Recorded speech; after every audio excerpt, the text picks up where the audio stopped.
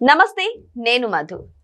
విరోష్ పెళ్లి, అదే విజయ్ దేవరకొండ రష్మిక పెళ్లిల గురించి అందరూ డిస్కస్ చేస్తున్నారు. కొంతమంది అయితే నా ఫేవరెట్ హీరో పెళ్లి అయిపోయిందంటే ఏడుస్తున్నారు కూడా. కానీ ఇక్కడ కొన్ని ఫోటోలు వైరల్ అయిన తర్వాత ఆ ఫోటోల గురించి చర్చ జరుగుతుంది. సో ఇంత గ్రాండ్ గా వెడ్డింగ్ చేసుకున్నారు కదా, అది కూడా ఉదయపూర్ లో ఒక రాజు రాణి లెవెల్లో పెళ్లి చేసుకున్నారు కదా. మరి వెడ్డింగ్ కాస్ట్ ఎంత అయి ఉంటుంది, పెళ్లి ఖర్చు ఎంత అయి ఉంటుంది, మరి పెళ్లి ఖర్చు మాత్రమే అంటే వెడ్డింగ్ కార్డుల ఖర్చు ఎంత అయి ఉంటుంది, ఇవన్నీ కూడా ఈ రోజు మనం తెలుసుకుందాం. ప్రస్తుతం మనతో పాటు ఉన్నారు సీనియర్ జర్నలిస్ట్ శ్రవణ్ కుమార్ గారు. వారిని అడిగి మరిన్ని విషయాలను తెలుసుకుందాం. నమస్కారం సార్. నమస్తే అండి. సార్, విజయ్ దేవరకొండ రష్మికల ఫోటోలు వైరల్ అవుతున్నాయి. వారిద్దరిని చూస్తుంటే ఒక రాజు ఒక రాణి లెవెల్లో పెళ్లి చేసుకున్నారు. సో వెడ్డింగ్ ఖర్చు ఎంత అయింటుందా అని అందరు డిస్కస్ చేస్తున్నారు సార్. పెళ్లి ఖర్చు ఎంత అయిండొచ్చు, మరి వెడ్డింగ్ కార్డ్స్ ఏ రేంజ్ లో ఉంటాయి, మరి ఎలా చెప్పాలి సార్? మీరు విజయ్ దేవరకొండ రష్మిక పెళ్లి ఫోటోలని రాజు రాణి రేంజ్ అని చెప్తున్నారు, కానీ నేను సోషల్ మీడియాలో చూసిన దేవుళ్ళ రూపంలో అంటే వెంకటేశ్వర స్వామిను అలవేలు మంగమ్మ గారు కలిసి నడుస్తున్నట్టు వాళ్ళ ఫోటోని ఏఐలో క్రియేట్ చేసి దేవతలు నడుస్తున్నట్టుగా చూపించారు. అంటే అభిమానం కొద్దీ ఎవరి ఇష్టం వాళ్ళు చూసుకుంటున్నారు. ఇప్పుడు కూడా విజయ్ దేవరకొండ వాళ్ళ ఈ పెళ్లి విషయం మనం ఎందుకు మాట్లాడుకో, సెలబ్రిటీ కాబట్టి కొన్ని ఆసక్తికలు ఉంటాయి వాళ్ళ వ్యక్తిగత జీవితంలో, కొన్ని ఫాంటసీల గురించి మనం ఏదో సోషల్ మీడియా జరుగుతుంటాయి కానీ దాంట్లో కొంతవరకు నిజమే ఉంది, అబద్ధాలు ఉన్నాయి ఉద్దేశంతో మనం టాపిక్ మాట్లాడుకుందాం. జనరల్గానే అదొక ఆ తంతు కంప్లీట్ అయ్యేలోపు సమస్త వ్యవస్థలతోటి పని ఉంటుంది, ఖర్చుతో కూడుకున్న పని, బాధ్యతలు, నీకు రెస్పెక్ట్, అంటే హ్యూమన్ రిలేషన్, బంధువుల రెస్పెక్ట్ ఇవ్వడం, ప్లస్ సాంప్రదాయాలు ఏదైతే కుల సాంప్రదాయం, మత సాంప్రదాయం, ఇంటి సాంప్రదాయాలు ఇవన్నీ ఇస్తూ ఎదుటి వారిని గౌరవించడం, మనం ఎంతవరకు ప్రేమిస్తున్నాం ఇతరులను చూపించుకోవడం, ఎంతవరకు మనల్ని ఇతరులు అభిమానిస్తున్నారు, విషయాలన్నీ కూడా బయటకు వచ్చేస్తాయి. అంటే పెళ్ళికి ఎవరెవరు వస్తారు, ఎవరెవరు రారు, మనసులో ఏమైనా ద్వేషం ఉందా, ఇట్లాంటివన్నీ కూడా బయటకు వస్తాయి. పైగా మనం ఎంతవరకు ఇతరుల పట్ల ప్రేమ ఉన్నామంటే మనకి ఆతిథ్యాన్ని బట్టి ఉంటుంది. సో ఇవన్నీ కూడా పెళ్లి విషయంతో బయటపడుతుంటాయి. కాబట్టి ఎవరైనా సరే ఎంత పేదవాడైనా ఈ ఇంటి పెళ్లితోటి తాను ఒక స్థితిమంతుణ్ణి, గౌరవప్రదంగా ఉన్నానని చెప్పుకోవడానికి ఇష్టపడుతూ ఒక రకంగా ఫాల్స్ ప్రెస్టేజ్ ఇదంతా అధిక ఖర్చులు పెడుతూ లేని పేరు ఆడంబరాలు తెచ్చుకోవడానికి ప్రయత్నం చేస్తున్నారు. అంటే అతనికి సహజంగా అతని ఆస్తి అంతా కూడా 10 లక్షలు ఉన్నా కూడా అతను ఒక 3-4 లక్షలు ఖర్చు పెట్టి పెళ్లి చేయాలంత స్తోమతతో ఉంటాడు. జనరల్గా 10%, 20% చేయొచ్చు, తప్పేం లేదు. ఎందుకు అంటే సమాజంలో తను కూడా ఒక భాగమై ఉన్నాడు. తన దగ్గర 10 లక్షలు ఉన్నా కానీ తాను రోజు వెళ్ళే పెళ్లిలకు ఒక్కొక్కరు కోట్ల రూపాయలు ఖర్చు పెడుతుంటారు. సో అట్లా ఇవంతా పెళ్లి తంతులో జరుగుతున్న విషయం.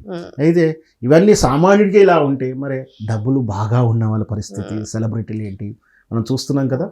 ప్రత్యేకంగా విఐపీలను, అతిథులను పిలుస్తూ ఉంటారు. ముఖ్యంగా మనందరికీ చెప్పాలి, ఇంకా స్పష్టంగా అర్థమయ్యేలా చెప్పాలంటే రిలయన్స్ అంబానీ వాళ్ళ ఇంట్లో పెళ్ళున్నప్పుడు తారలని కోట్ల రూపాయల గిఫ్ట్ అని చెప్పొచ్చు, లేదా వాళ్ళకు రెమ్యునరేషన్ అని చెప్పొచ్చు, లేదా వాళ్ళకు బహుమానం అని చెప్పొచ్చు.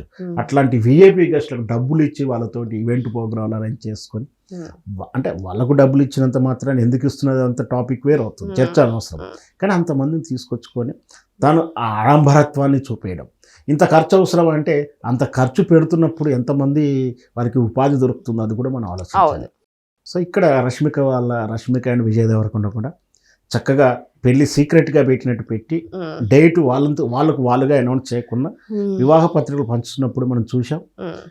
1 by 1 రేవంత్ రెడ్డి గారిని కలవడం కానీ, వాళ్ళు విఐపీలకు పిలవడం, చివరికి పెళ్లి అయిపోయిన తర్వాత ఇప్పుడు నరేంద్ర మోడీ గారిని పిలిచిన వీడియో ఫొటోస్ కూడా బయటకు వచ్చాయి. ఫస్ట్ లో రిలీజ్ చేయలేదు, పెళ్లి అయ్యాక కూడా అమిత్ షాతో కలిసినట్టు కూడా వస్తున్నాయి. సో పెళ్లికి ముందే పెళ్లి తర్వాత కాదు, పెళ్లికి ముందే పిలవడానికి పిలిచడానికి రిసెప్షన్ పిలుస్తున్నారో లేదా పిలవడానికి వెళ్ళినటువంటి సందర్భం.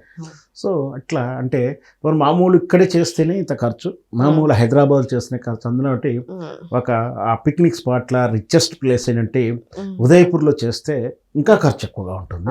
సరే ఎంత ఖర్చు పెడితే అంతలో చేయొచ్చు, కానీ అక్కడికి వెళ్ళిన ఖర్చుకు వెనకాడని వాళ్ళు వెళ్తారు కాబట్టి. సో మామూలుగా తీసుకున్న మన పెళ్లి విషయం పక్కకు పెడితే పెళ్లికి వచ్చే వాళ్ళు గెస్టులు ఉంటారు కోసం పెట్టే పార్కింగ్కే ఖర్చు ఒక్కొక్కరికి ఒక్కొక్క కారుకు 6,000 రూపాయల ఛార్జో లేదా ఒక జోన్కు 6,000 ఛార్జ్ ఏదో ఉంటుంది. సో అట్లాంటి ఎన్నో కార్లు కావాల్సి ఉంటుంది అక్కడ. నాకు తెలిసి పెళ్లి కోసం ఉండటానికి విడిది చేయడానికి 120 దాకా ఈ విల్లాలు ఉన్నాయి. అంటే పెళ్ళి అంటే ఫంక్షన్ హాల్స్ మనం ఎట్లా అంటామో, రిసార్ట్స్ ఎట్లా అంటామో వాటి కోసం చేసుకోవడానికే ఒక 100 విల్లాస్ ఉన్నాయి. సో ఒక్కొక్క వేళ ఇప్పుడు గెస్ట్కు ఒక విల్లా కేటాయించవచ్చు. మనం సాధారణంగా మనం చూస్తాం ఎన్ఆర్ఎల్ వచ్చినప్పుడు వాళ్ళు ఉండడానికి ఒక అపార్ట్మెంట్ టెంపరీగా 1 month 2 months కిరాయి తీసుకుంటారు. వాళ్ళు ఎంత తీసుకున్నప్పుడు ఇట్లాంటి వాళ్ళు రిసార్ట్స్ అని బుక్ చేస్తుంటారు. అంటే వీళ్ళు అక్కడికి వెళ్ళడం, చుట్టాలందరినీ అక్కడ స్టే చేయడము, మినిమం ఒక నాకు తెలిసి 300-500 మెంబర్స్ దాకా అటెండ్ అయ్యారు. నియర్ అండ్ డియర్ అన్నా కూడా 300 అబౌవ్ ఉన్నారు. అలాగే 300 మందికి ఈ 4 days 3 days అకామిడేషను, ఈ ఖర్చు.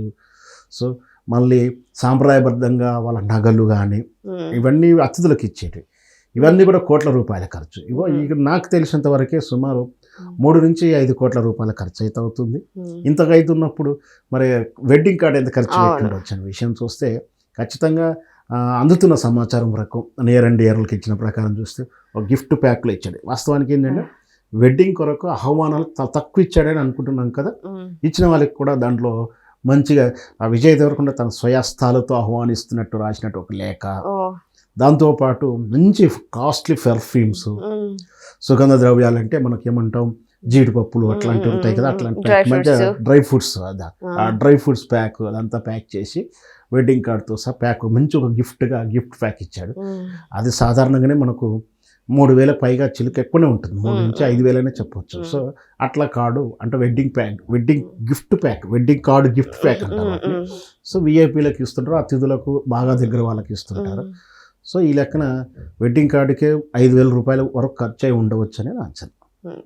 సో ఏదేమైనా సరే ఇప్పుడు వీళ్ళిద్దరు పెళ్ళి అయితే బాగా జరిగింది. మరి ఈ యొక్క వెడ్డింగ్ అనేది ఒక్క వెడ్డింగ్ తో ఆగిపోలేదు కదా సార్. అంటే ఉదయపూర్ ప్యాలెస్ లో ఒక వెడ్డింగ్, మళ్ళీ రష్మిక గారి వల్ల సాంప్రదాయం ప్రకారం ఇంకొక వెడ్డింగ్, మరి దానికి ఎంత అయ్యిండొచ్చు అంటారు? టోటల్ గా వాళ్ళ వెడ్డింగ్ కాస్ట్ వచ్చి 3 crores 5 crores దానికి ఈజీగా అయ్యి ఉండొచ్చు, అవుతుంది. ఎందుకంటే ఇంకోటి ఏంటంటే బయట వాళ్ళకు పే చేసేది, అంటే సో వాటి విఐపీలు వస్తే వాళ్ళ కోసం వినోదాలు కార్యక్రమాలు సెలబ్రిటీ పేమెంట్ ఏం లేవు కాబట్టి వెడ్డింగ్ ఖర్చు 3-5 crores ఎక్కువైనా ఉండొచ్చు. ఇంకొక విషయం నేను మొదటి నుంచి చెప్తుంది ఏంది, ఈ స్ట్రీమింగ్ కోసమే వాళ్ళు ఒక 15 కోట్లు 10 కోట్లు ఇస్తానికి కూడా ఓటీటీ వాళ్ళు అడిగితే రకరకాల వార్తలు వస్తున్నాయి. 60 కోట్లని 25 కోట్లని సోషల్ మీడియా రకరకాల 25 కోట్లు. సరే ఎంత లేదనో 10 నుంచి 20 కోట్లు అయితే ఈజీగా ఇస్తారు. సో 20 కోట్లు అయినా కూడా తను ఇవ్వలేదు.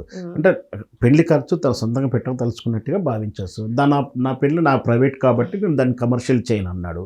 సో అట్లాంటి విషయం స్వాగతించవచ్చు. మొత్తం మీద ఒక స్పెషల్గా ఇప్పుడు అంటే తెలుగునాట ఈ ఎప్పుడెప్పుడా విజయ్ దేవరకొండ పెళ్ళి అని ఎదురు చూసి మనం అందరం అయితే పెళ్లి చేసేసాం. కానీ మీరు అన్నట్టు కొన్ని హృదయాలు మాత్రం విజయ్ దేవరకొండ ప్రేమించిన హృదయాలు మాత్రం కొంత అప్సెట్ అయ్యి వాళ్ళు డిసప్పాయింట్ అయ్యి ఏడుస్తూ విషాదమైన రీల్స్ చేయడం కూడా చూసాం.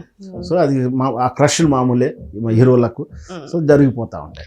మా పెళ్లి ఫోటోలు కానీ వీడియోస్ కానీ వైరల్ అవ్వకూడదు, చాలా సీక్రెట్ గా జరగాలని పక్కా ప్లాన్ తో విజయ్ దేవరకొండ రష్మిక ప్లాన్ చేశారు. అయినా సరే సోషల్ మీడియాలో చెక్కలు కొడుతున్నాయి ఫోటోస్ అయితే. అంటే కొన్ని ఏ ఉండొచ్చు, కొన్ని రియల్ కూడా ఉన్నాయి సార్. కానీ ఇక్కడ చూస్తే వాళ్ళు వద్దు అనుకుంటేనే ఫోటోలు రిలీజ్ చేశారు. మరి వద్దు అనుకుంటేనే ఓటీటీ ప్లాట్ఫామ్ కి వాళ్ళ వెడ్డింగ్ వీడియో అమ్మేస్తారంటారా? అట్లానే మనం చెప్పలేం. ఇవాళ ఇస్తే ఈ పాటికి స్ట్రీమింగ్ అయిపోతుంది కదా, కాలేదు, లైవ్ అయితే కాలేదు. మీరు అన్నట్టు ఫ్యూచర్లో ఏం చేస్తారో మనకు తెలియదు. లేదా విజయ్ దేవరకొండని ఏదో ఒక రోజు ఓ షార్ట్ ఫిల్మ్లో కట్ చేసి ఆయన కూడా రిలీజ్ చేసినా ఆశ్చర్యపడక్కర్లేదు.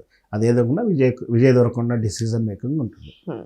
సో ఏదేమైనా సరే సీక్రెట్ గా ఎవరికీ చెప్పకుండా, ఫొటోస్ వైరల్ అవ్వకుండా, వీడియో వైరల్ అవ్వకుండా చాలా అంటే చాలా గ్రాండ్ గా నా భూతం నా భవిష్యత్ అన్న రీతిలో అయితే వాళ్ళు పెళ్లి చేసుకోవడం అయితే జరిగింది.